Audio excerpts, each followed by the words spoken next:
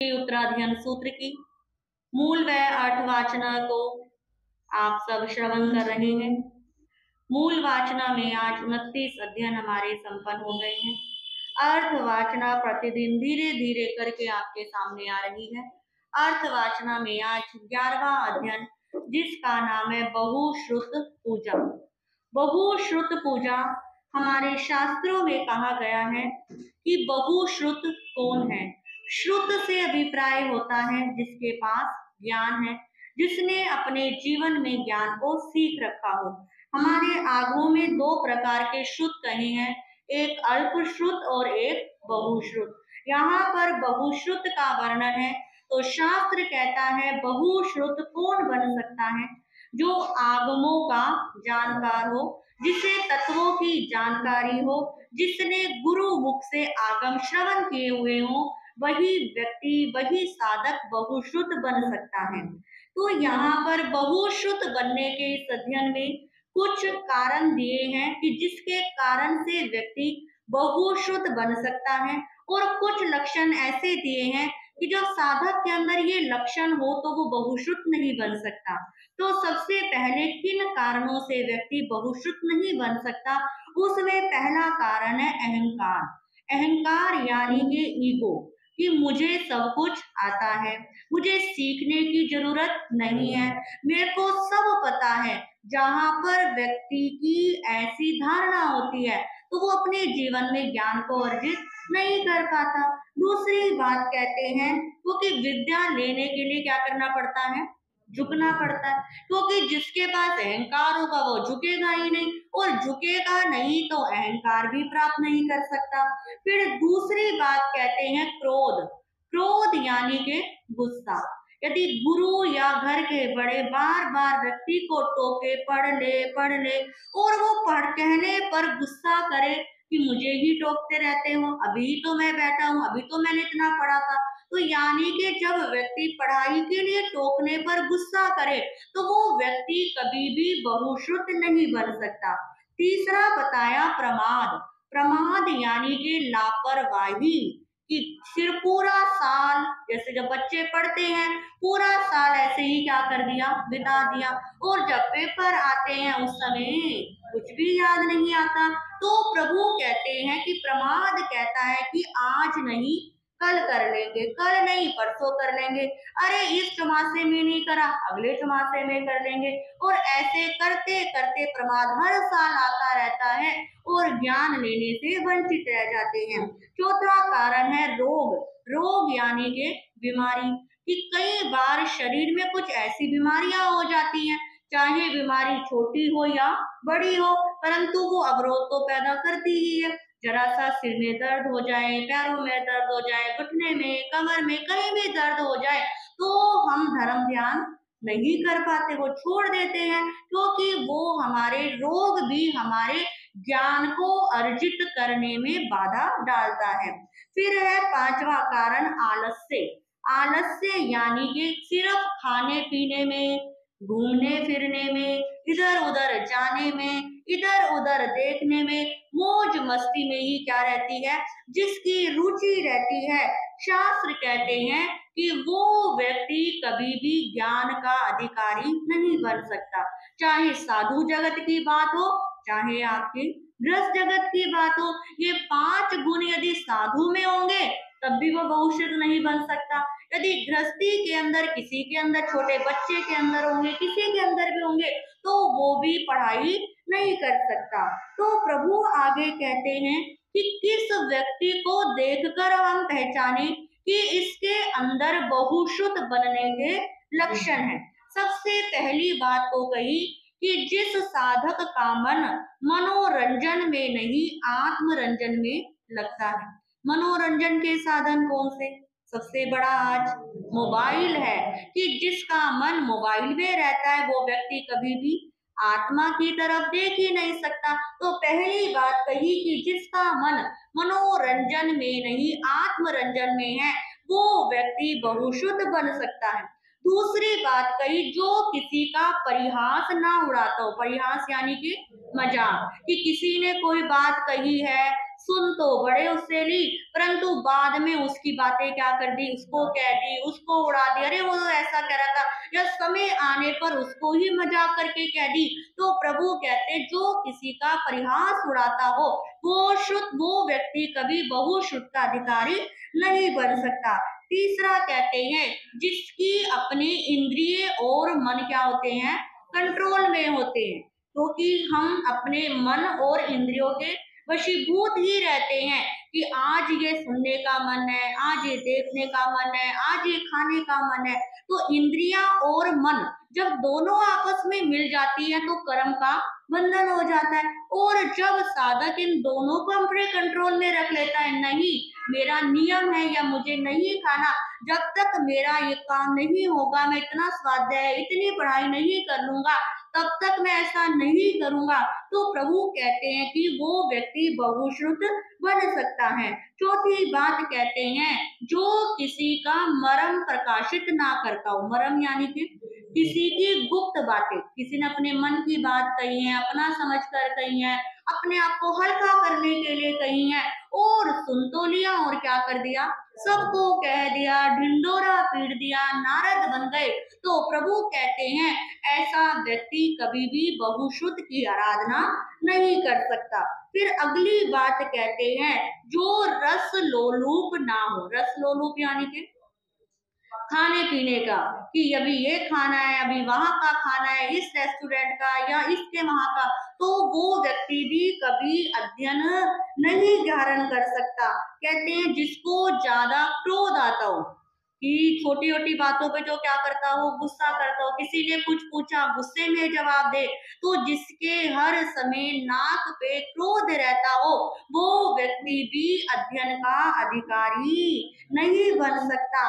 अगली बात कहते हैं जिसका चारित्र अच्छा हो, जो चारित्रवान हो, अपने करैक्टर जिसका अच्छा हो, वही व्यक्ति बहुश्रुत का अधिकारी बन सकता है। इसके बाद अगली कहते हैं कि जो अपने बड़ों और गुरुओं की क्या करता हो, रिस्पेक्ट करता हो, कि मेरे गुरु आए हैं, मेरे बड़े आए हैं, मुझे उनका खड़े होकर क्या करना है, सम्मान करना है, कि अपने आसन पर जो नहीं बैठा रहता, खड़े होके सत्कार करता है, वो व्यक्ति बहुश्रुत का अधिकारी बन सकता है।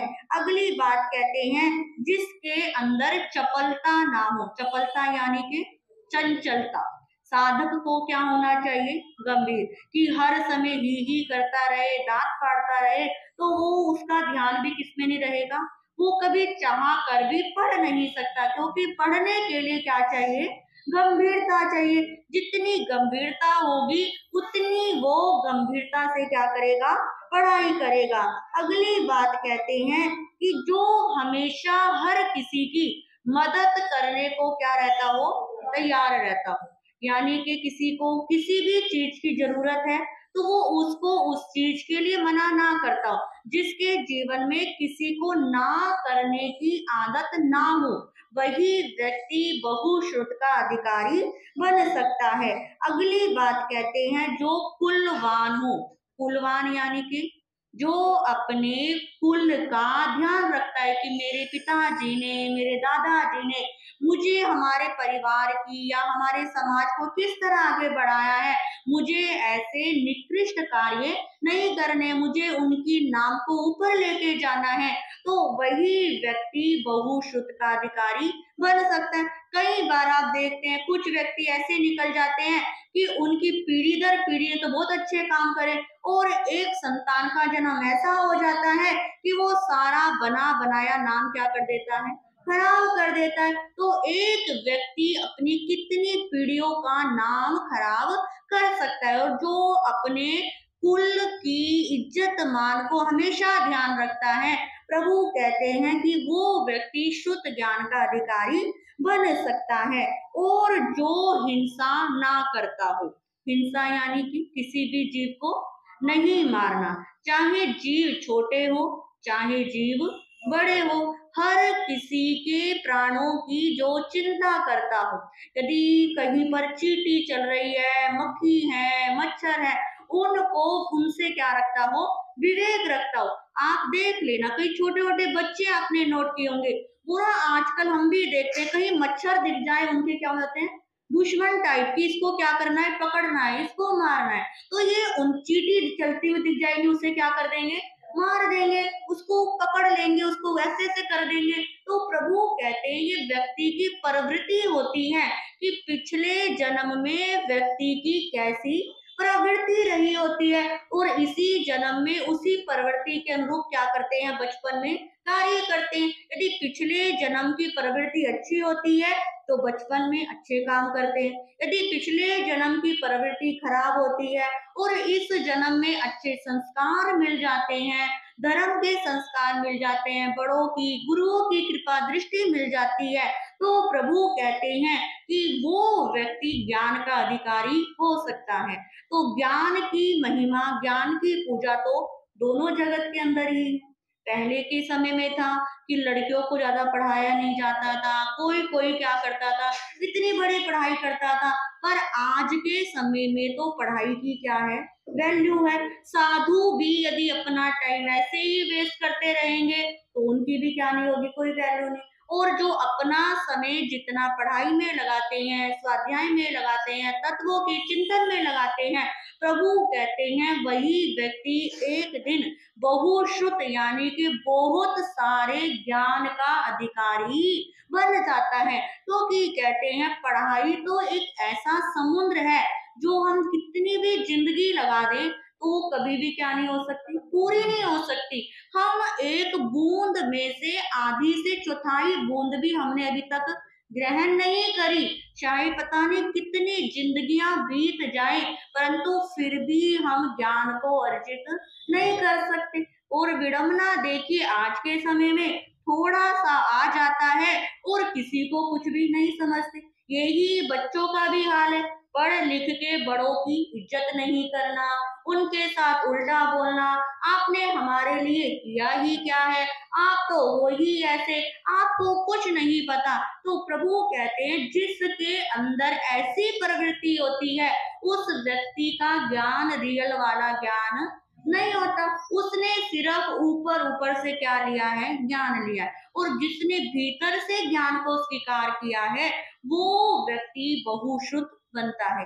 जैसे पेड़ का उदाहरण दिया कि पेड़ के ऊपर जो फल लगते हैं तो वो शाखा क्या हो जाती है, डूब झुक जाती है। उसी प्रकार जिसके जीवन में ज्ञान आ जाता है वो व्यक्ति विनम्र बन जाता है, सबका प्रिय पात्र बन जाता है, सबको अच्छा लगने लग जाता है और अपने जीवन का भी कल्याण करता है और दूसरों के जीवन का भी कल्याण करता है।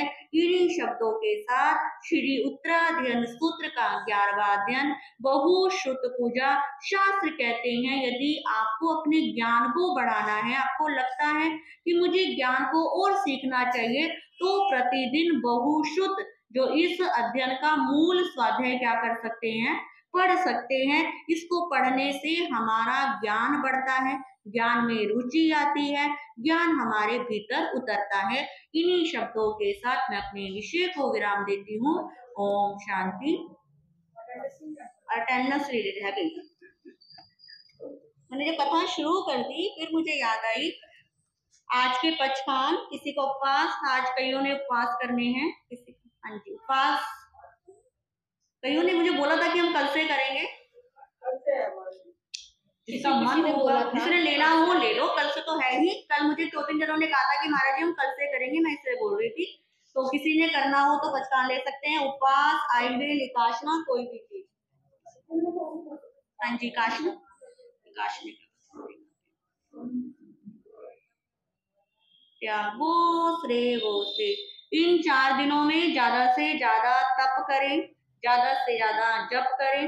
ये दिन लौकिक दृष्टि से खाने पीने के हैं, रिश्तेदारों के आने जाने के हैं, मिठाइयाँ बांटने के हैं। मिठाइयाँ आज के समय कोई खाता तो है नहीं, सिर्फ क्या करती हैं, वो एक्सचेंज ही होती है, बदलती ही है। तो मिठास अपने जीवन के अंदर लेकर आओ, जीवन के अंदर परिवर्तन लेकर आओ, तभी रियल में दिवाली, निर्वाण, कल्याणक मौसम मनाने का महत्व है। हाँ जी विद्या जैन, उषा जी, अनीता जी, B3, अरविंद जी, कांता जी, कृष्णा जी, वरुण अपार्टमेंट, रीना जी वेलकम, संतोष जी, भागीरथी, भैया राम जी, पुष्पा जी C70, अनीता जी नहीं, अंजू जी A60, राकेश जी B3, सुखेश जी,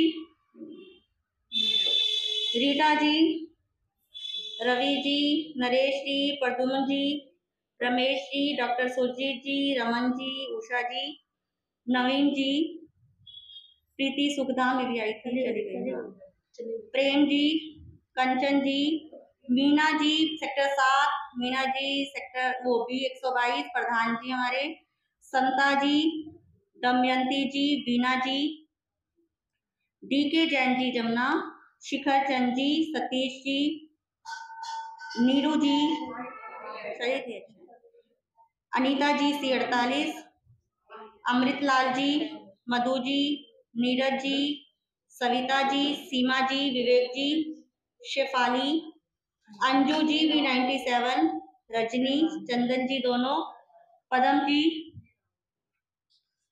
चंद्रकला जी, अच्छा हो रही, ठीक है जी, चलो जी, बोलिए भगवान महावीर स्वामी की जय, संसार के सभी महापुरुषों की जय। नमो अरियंतानम, नमो सिद्धानम, नमो ऐरियानम, नमो अध्यायनम, नमो लोए सब साहुनम, ऐसो पंच नमोकारो सब पावपनासनो मंगलानंचे सभे सिंह पड़मम हवै मंगलम। ओम नमो नानस, ओम नमो दंसनस, ओम नमो चरितस, ओम नमो तवस, श्री चत्तारी मंगलम अरियंता मंगलम सिद्धा मंगलम साहू मंगलम केवली प्रणतो धम्मो मंगलम। चत्तारी लोगुतमा अरियंता लोगुतमा सिद्धा लोगुतमा साहू लोगुतमा केवली प्रणतो धम्मो लोगुतमा।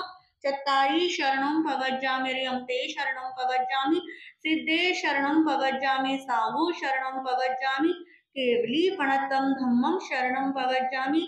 ये चार शरण दुख हरण